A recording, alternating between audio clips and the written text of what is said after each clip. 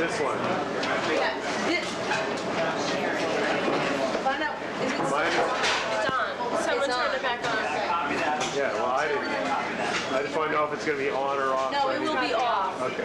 Well, we're here with Law and Order on the Upper East Side, and we're just going to try to talk to some folks who really do the hard work, behind-the-scenes stuff. And I'm Sue Simmons, and I'm talking to Sharon Robb. Sharon. How you Hi. do? And Sharon, what's your job? I'm the set locations assistant. And that means you do? Basically, locations kind of runs everything that happens on location. Law and Order, we shoot like 50-60% on location in New York. And anything that could happen, does happen. Get another one out there. Put it in the blind spot.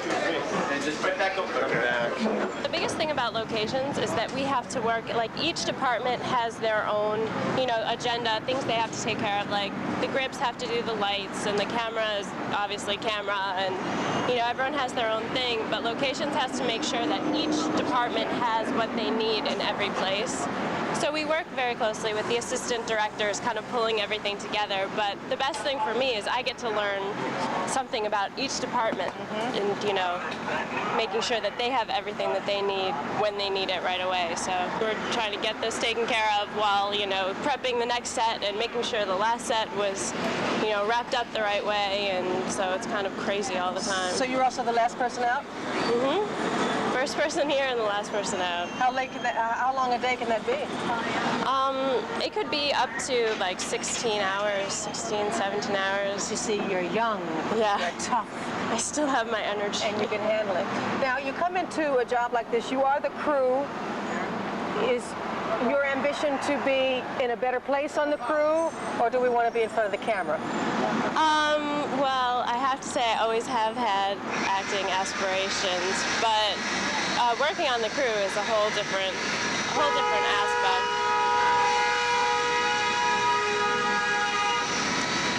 This man has got lights behind you. I can't imagine how hot those lights are. They are much hotter than TV lights inside. Yeah. They feel like 200 degrees.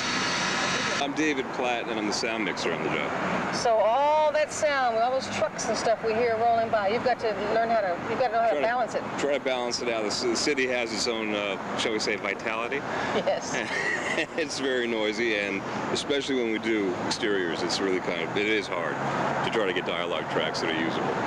Well, yeah, because, in the news department, when we're out in the field, as soon as a big truck comes by, the sound man shuts us down totally. Well, we have to cut, and sometimes if it's bad enough, we have to cut and start all over again. But because the show, in essence, the city is another character in the show.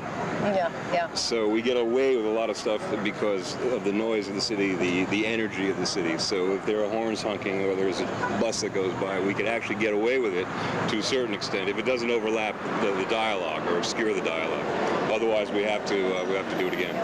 Is New York making it fairly easy for you guys to shoot? No, it's impossible. Yeah. What would you like to see done better? This is your chance, David. Well, there's nothing that could be done better. It's a noisy place, and it's getting noisier all the time, and that's better for the economy, but it's not better for making movies in New York. I'm Roberto, the hairstylist. Nice to meet you, Roberto. Yeah, is shooting in New York any tougher than anywhere else for you? None whatsoever. I love shooting in New York. There's a certain excitement, and people are just wonderful. They ask you the most unusual questions, and you better be ready for an answer. Like what? Well, is that his real hair?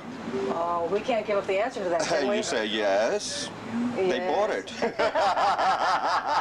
be able to tell that I'm wearing a piece. No, this is a very realistic thing. I mean, this cost a lot of money. We can't speak for Jerry now. We don't know what's happening up there.